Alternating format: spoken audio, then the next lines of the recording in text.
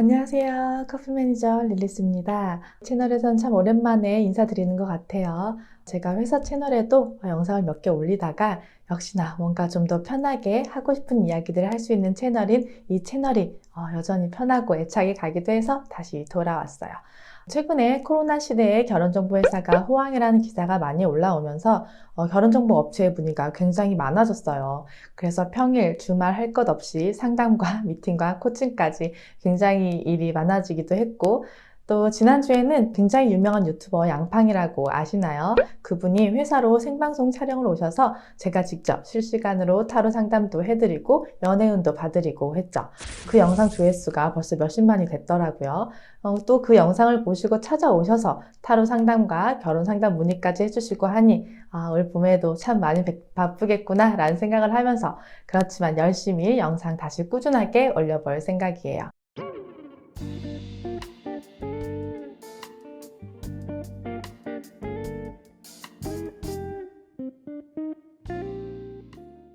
오늘 영상의 제목처럼 제가 상담을 하고 연애나 미팅, 코칭을 하면서 늘 들었던 생각이 하나 있었는데 결혼정보회사에 가입을 하시는 첫 번째 이유가 바로 주변에서 소개 자체가 잘 안 들어오고 또 자만추를 추구하긴 했었지만 마음에 든 사람을 못 만났기 때문이 사실 가장 크거든요.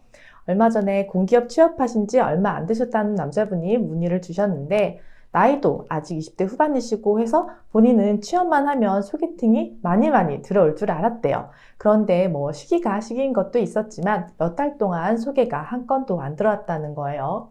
그렇다고 자만추 자체도 쉽지가 않고 회사에서 만나는 사람들 외에는 만남 자체가 어려우니까 요즘 외모나 직업, 나이와 상관없이 소개나 자만추 자체가 점점 더 힘들어지고 있어요.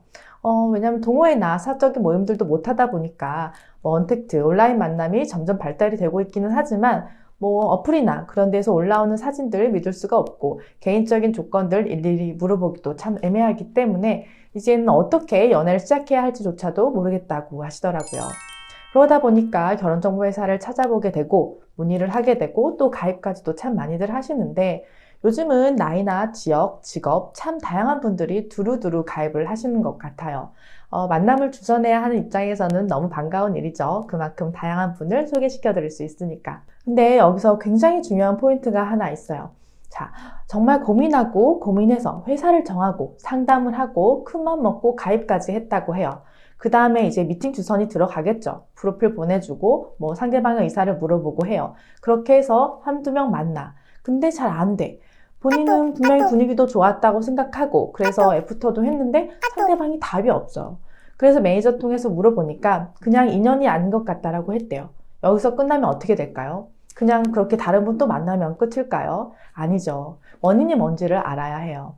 만남을 여러 번 하는 이유는 물론 나에게 맞는 사람을 찾아야 하니까 다양한 경험을 해봐야 하니까 이건 맞는데 내가 소개팅이든 뭐든 나갔을 때 결과가 늘 좋지 않았다거나 내가 좋다 하면 상대방은 별로라고 한다거나 나는 별로였는데 상대방이 적극적으로 나온다거나 하면 이게 맞지를 않는 거잖아요.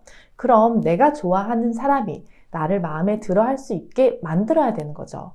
한마디로 나의 호감도를 높여서 미팅 성공률을 점점 높여가야 하는 거예요. 근데 본인이 했던 대로 계속하면 많이 달라질까요?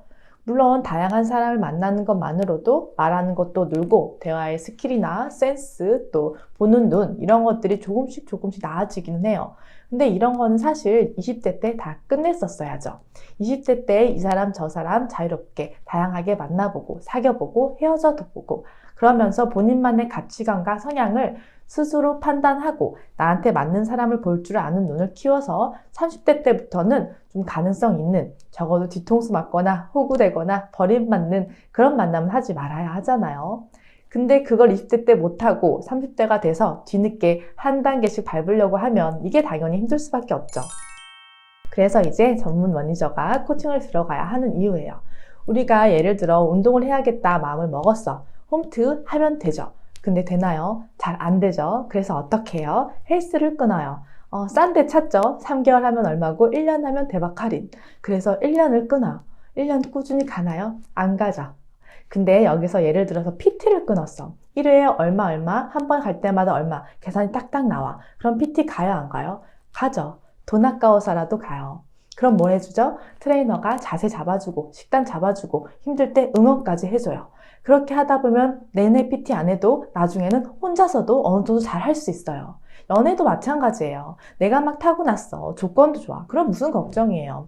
근데 그거 아니면 도움 받아서 걸음마 할 거 옆에서 보조해주고 고쳐주고 하면서 고칠 부분이 뭔지 내가 나가서 대체 뭐가 문제였고 나의 어떤 부분을 좋게 보고 안 좋게 보는지를 알아야 고치고 개선을 하죠. 소개팅이나 뭐 미팅을 해서 만났어. 잘 만난 것 같은데 어느 순간은 그만 만나지. 이유가 뭐냐고 물어보면 상대방이 디테일하게 알려줄까요? 안 알려주겠죠. 어차피 안 만날 건데 불편하게 그런 얘기 왜 해주겠어요. 그쵸? 근데 그걸 알아야 되거든요. 결혼정보회사는 미팅하고 나면 피드백을 받아요. 그럼 상대방이 왜 거절을 했는지, 왜 좋았는지에 대해서 매니저한테 얘기를 해주거든요. 그걸 매니저가 듣고 전달을 해주고 그렇게 조율을 해 나가야 해요.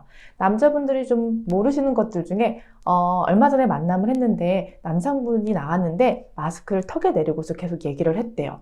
그리고 만나는 내내 손을 주머니에 넣고 있었다고 해요.